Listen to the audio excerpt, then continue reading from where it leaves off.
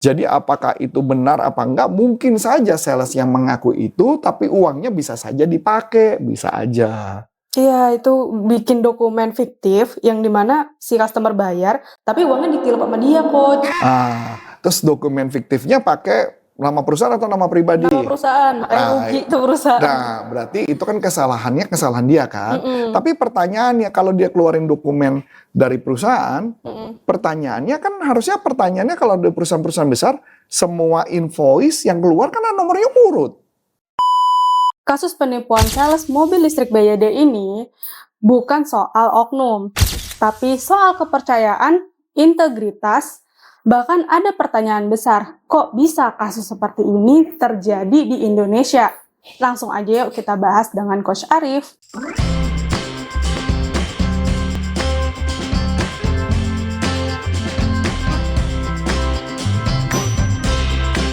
Halo Coach, ini ada berita menarik nih Coach. Jadi kalau misalnya saya lihat ada di detik.com dan itu kayak beritanya sales yang nipu customer-nya belasan juta Coach. Itu karena mungkin dokumen katanya itu dokumen yang emang dia buat untuk kayak pembelian charger gitu. Charger? Kayak charger listrik, karena kan ini mobil listrik Coach. Oh, mobil listrik, iya, oke. Itu. Nah, kalau misalkan tanggapan dari Coach nih ngeliat berita kayak gini tuh kayak gimana? Maksudnya jadi ujung-ujungnya dia nipu atau nggak bener-bener barangnya dikasih apa nggak dikasih? Enggak dikasih, sebenarnya itu nggak ada. Oh, sebenarnya tidak ada. Nggak ada. Oleh perusahaan itu? Iya. Oke. Saya coba melihat dari dua sudut ya, saya nggak tahu nih apa yang terjadi. Iya. Sudut yang pertama, bisa saja, saya tahu pengalaman saya, seorang sales kadang-kadang itu suka cari order tambahan. Apalagi sales mobil atau sales motor. Jadi ketika dia beli mobil, kadang-kadang mereka berharapnya pembayarannya bukan cash, tapi kredit. Kenapa? Ini kita ngomong fakta di lapangan dulu nih. Kalau dia bayar cash, dia dapat komisi cuma 1. Oke. Dari si perusahaan mobil.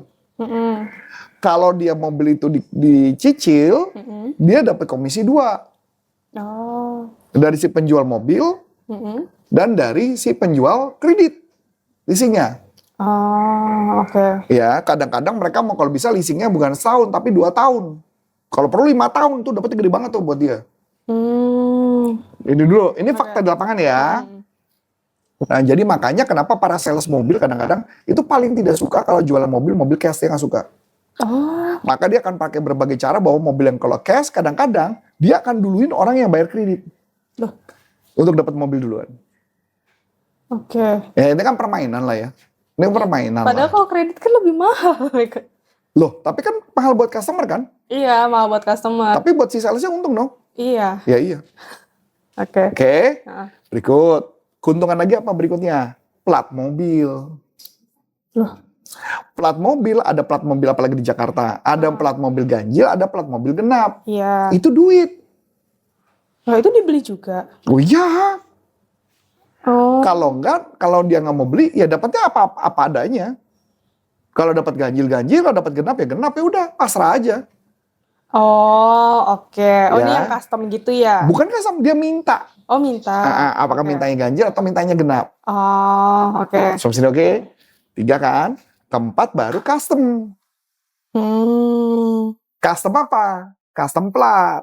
Oke. Yang kelima, dia dapat duit dari mana? Jualan aksesoris.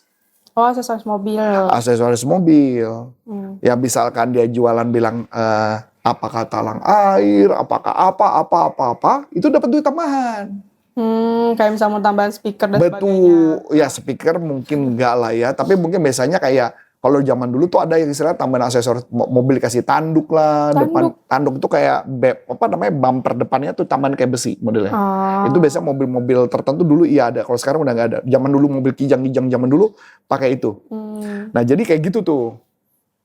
Jadi dapat untungnya dari sana. Jadi kalau pertanyaan menarik, yang tadi ya kalau misalkan dia bilang dapat charger, dia bilang dia charger, charger itu maksudnya kan saya nggak paham nih charger apa. Apakah charger tersebut charger mobil kah atau apa? Karena saya nggak tahu ya, karena kan charger saya juga nggak ngerti apakah dia pakai alat tambahan, ada yang ngerubah karena dari DC jadi AC itu memang ada charger khusus. Mungkin dia beli kerjasama, dia tahu ada orang yang kerjasama, dia mungkin ambil itu. Oh ya sorry, satu lagi adalah dia dapat keuntungan dari mobil kalau jual beli. Mobil jual beli. Ya, jadi tukar tambah. Itu juga ada untungnya, dia dapat untung juga. Banyak juga ya. Oh iya, memang itulah kerjaan sales gitu loh. Oke. Mulai kebayang ya. Iya. Nah jadi kalau makanya tadi pertanyaan, kalau itu benar atau enggak saya nggak tahu. Karena charger, apalagi saya nggak ngerti tentang charger itu. Charger apa yang dibahas? Jadi apakah itu benar apa enggak? Mungkin saja sales yang mengaku itu, tapi uangnya bisa saja dipakai, bisa aja. Iya, itu bikin dokumen fiktif yang dimana si customer bayar, tapi uangnya ditilep sama dia, Coach. Terus dokumen fiktifnya pakai nama perusahaan atau nama pribadi? Nama perusahaan, makanya rugi tuh perusahaan. Nah, berarti itu kan kesalahan dia kan. Tapi pertanyaannya kalau dia keluarin dokumen dari perusahaan, pertanyaannya kan harusnya kalau di perusahaan-perusahaan besar, semua invoice yang keluar kan nomornya urut. Iya. Nah ini kan nomornya nggak urut, kan aneh juga gitu loh. Harusnya kan atasannya nge atau bagian finance-nya nge. Iya. Nah itu balik lagi. Oke. Tinggal kalau misalkan emang sih, ini kalau bisa di dua sisi ya Coach ya. Yang satu bisa aja dia bikin dokumen palsu, bisa aja dia Bisa aja pakai dokumen palsu, atau itu dokumen yang sesungguhnya dirobek nama dokumennya, tapi kan semua invoice perusahaan itu ada nomor urutnya. Dia ada nomor urut, jadi setiap dokumen itu ada nomor urut. Nah kita kan nggak tahu tuh gambaran dari situ. Kalau dia mau ngebohongnya dia pakai dokumen asli itu dia bayar di situ, atau tolong titip bayarin, itu mungkin aja. Mungkin aja kan. Jadi makanya saya bilang saya nggak tahu apa yang terjadi gitu. Kalau invoice kosong, pakai invoice pribadi dia, dicap nama perusahaan, mungkin bisa jadi invoice bodong gitu loh. Nah, iya. Oke ya. Jadi dari gambaran, mungkin nggak hal-hal itu terjadi? Mungkin. Yang bisa jadi duitnya dipakai, kan gitu loh. Ini nggak beda juga dengan orang finance yang dia tahu ada celah, dia pakai buat dilep uang, sama aja kan? Iya. Cuman bedanya ini konsepnya adalah konsep si sales yang dia tahu itu ada kebolongan kan? Makanya kenapa bagian itu kadang-kadang harusnya ada pemimpin yang memang harus ngecek banget. Yang ngecek every detail itu. Kalau nggak kebolongan dari manapun pasti ada. Itu caranya mencegahnya kayak gitu. Jadi kalau kita ngelihatnya bukan si dalam konteks salesnya ya. Kalau sales itu kan, kalau saya nggak bisa ngeliat bahwa itu sales itu bukan hanya profesi sales, tapi seluruh profesi peluang-peluang itu ada gitu loh. Peluang untuk kebocoran, peluang apa itu ada itu pasti ada. Tapi itu dampaknya jadi kayak ke perusahaannya, jadi mungkin customer-nya takut nggak percaya lagi, karena kan sampai si salesnya ini bahkan sampai lewatin sidang juga gitu. Nah, ya itu kalau menurut saya kan kesalahan di manajemennya. Kenapa manajemennya nggak melakukan cross check dan sebagainya? Harusnya kan idealnya ya dia tahu bakal ada kebocoran di bagian itu, makanya dia melakukan perubahan nggak? Iya. Karena berdampaknya kan ke orang lain kan. Saya pun juga sebagai pemilik perusahaan bukan berarti nggak pernah ada kebocoran. Ketika ada kebocoran kan saya ngeh gitu apa yang terjadi. Jadi maksudnya nggak melulu tentang sales gitu loh. Nggak melulu tentang sales. Jadi bukan kita ngomongnya oknum sales ya. Saya nggak ngomong itu si oknum sales itu. Bisa aja itu adalah kondisi-kondisi yang kebetulan aja yang terjadi di bagian si sales. Dan makanya kenapa jadi topik kan. Bagaimana dengan karakter sales ya? Saya cuma jawab ya. Ya jangan hanya sales aja yang dituduh gitu ya. Semua divisi bisa dituduh dan saya yakin juga pasti Anda semua setuju gitu. Karena itu gambarannya, balik lagi mengenai karakternya sih. Jadi kalau karakternya dia benar bisa, apalagi kayak gini ya, Olia ya. Ini karena gambaran yang paling gampang sederhana. Bisnis B2B. Waktu dulu saya ngejalanin, waktu zaman B2B jualan ke perusahaan-perusahaan grosir atau ke toko-toko, tahu nggak Olia? Mereka itu rata-rata bikin komitmennya lebih ngeri loh. Dibungkus rokok. Dibungkus rokok? Yes. Misalkan contoh, Adi kan ngerokok nih. Nih, boleh lihat di. Nah ini saya kasih contoh gitu ya. Ini contoh aja. Ini contoh. Ini kita nggak nanti disamarkan rokoknya ya. Tapi maksudnya saya cuma mau kasih gambaran. Ini kan ada kertas nih. Iya. Nah kertasnya disobek. Kertasnya disobek dia tulis angka. Misalnya Adi ngutang nih, atau Adi ngambil barang, saya tulis Adi ngambil ini, tanda tangan, nanti nagihnya pakai kertas ginian. Bukan bond lagi, bukan invoice lagi. Nah itu kan masalah faktor trust kan? Iya.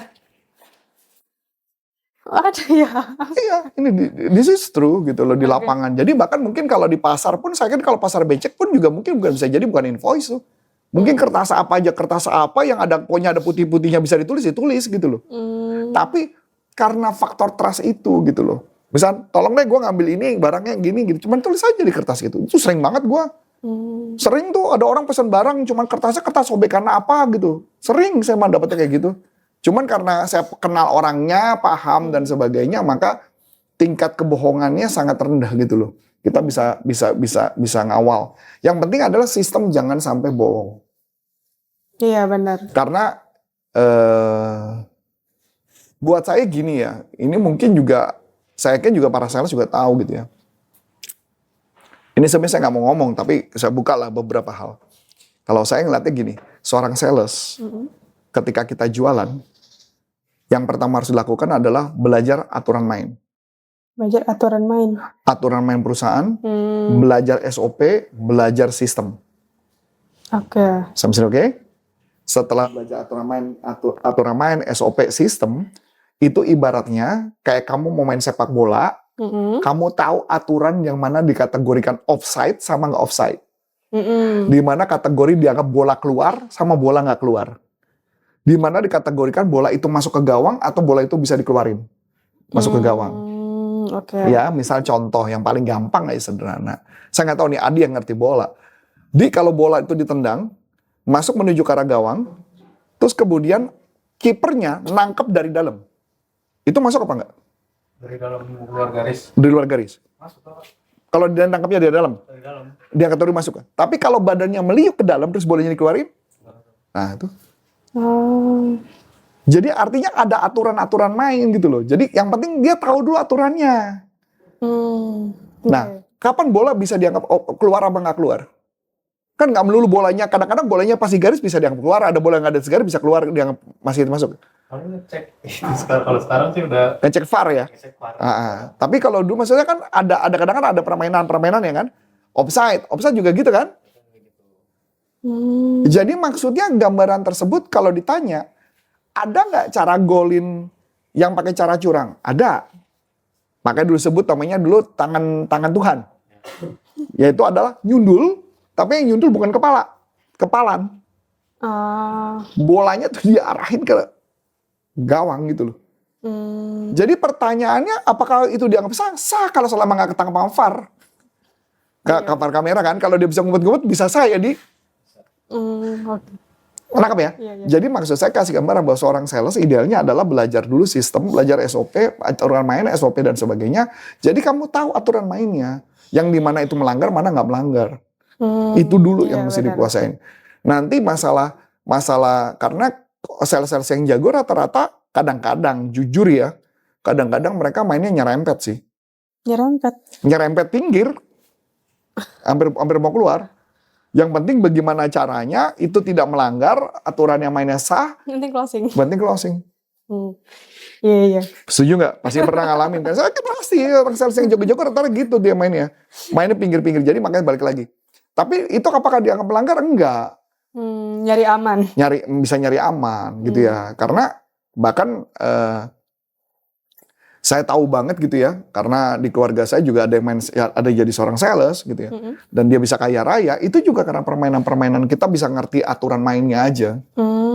Ya sama-sama tahu lah intinya gitu lah. Tinggal bagaimana cara mainnya yang bagus, mainnya yang cakep, dan jujur aja mainnya gitu-gitu aja. Apakah itu cara curang? Enggak. Misalkan kayak leasing, itu curang nggak? Enggak. Yang keluarin memang dananya ada kok. Iya. Iya benar.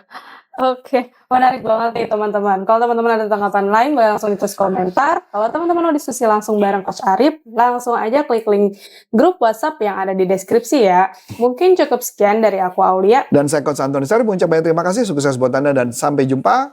Salam performance. Bye-bye.